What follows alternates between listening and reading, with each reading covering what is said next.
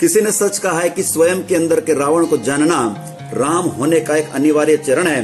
Hello दोस्तों, मैं कुंतेश कुमार जोशी आज आपके सामने एक छोटी सी कहानी लेकर उपस्थित हूँ, जिसके मूल में अगर सारांश में कहा जाए तो कह सकते हैं कि स्व मूल्यांकन, आत्म मूल्यांकन, जो कि प्रत्येक व्यक्ति को अपने अपने स्तर पर करना चाहिए। एक छोटी सी कहानी।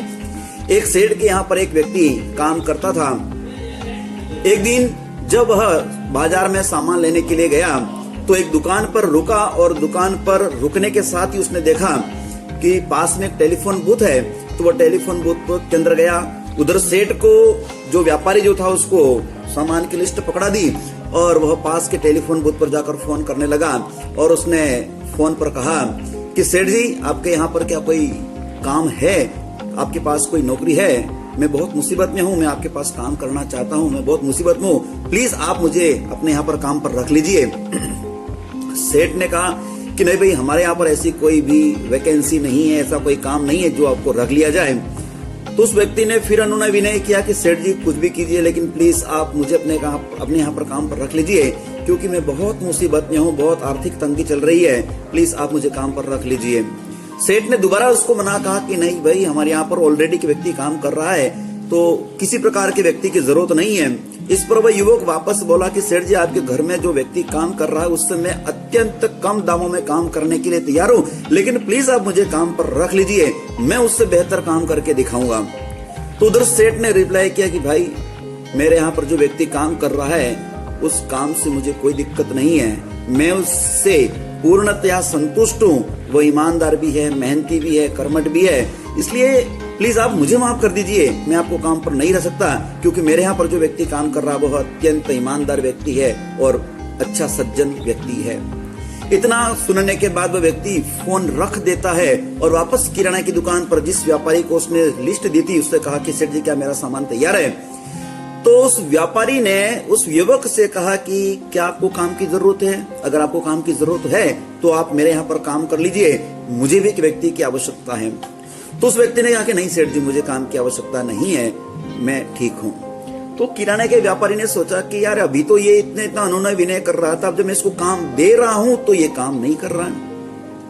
उसने पूछा कि भाई आखिर ऐसा क्यों हो रहा है, ऐसा क्यों कर रहे हैं आप? अभी फोन पर आप कह रहे थे कि मुझे अत्यंत आवश्यक है, काम चाहिए मुझे, अब मैं आपको काम दे रहा हूं तो आप काम के लिए मना कर रहे हैं। तो उस युवक ने कहा कि सर जी, यद्यपि मुझे बताना नहीं चाहिए, लेकिन मैंने जिस सेठ को फोन किया था वो मेरा अपना ही सेठ था। तो उसने कहा तुमने ऐसा क्यों किया? तो उस युवक ने कहा कि मैं अपने स्वयं के बारे में जानना चाहता था कि क्या मेरा सेठ, मैं जिसके यहाँ पर काम कर रहा हूँ, वो मेरे काम से संतुष्ट है या नहीं है। उसे मुझसे किसी प्रकार की कोई समस्या तो नहीं है, ये मैं स्वयं का मूल्यांकन करना चाहता था कि मैं किस तरीके से काम कर रहा हूँ, सामने वाला व्यक्ति मेरे बारे में क्या सोच रखता है, किस प्रकार की विचारधारा रखता है, यह जानने के लिए ही मैंने ये सारा उपक्रम किया था। इसलिए सेठ जी, मैं जहाँ पर काम कर रहा हूँ वहां पर मैं खुश हूँ, मुझे काम की आवश्यकता नहीं है।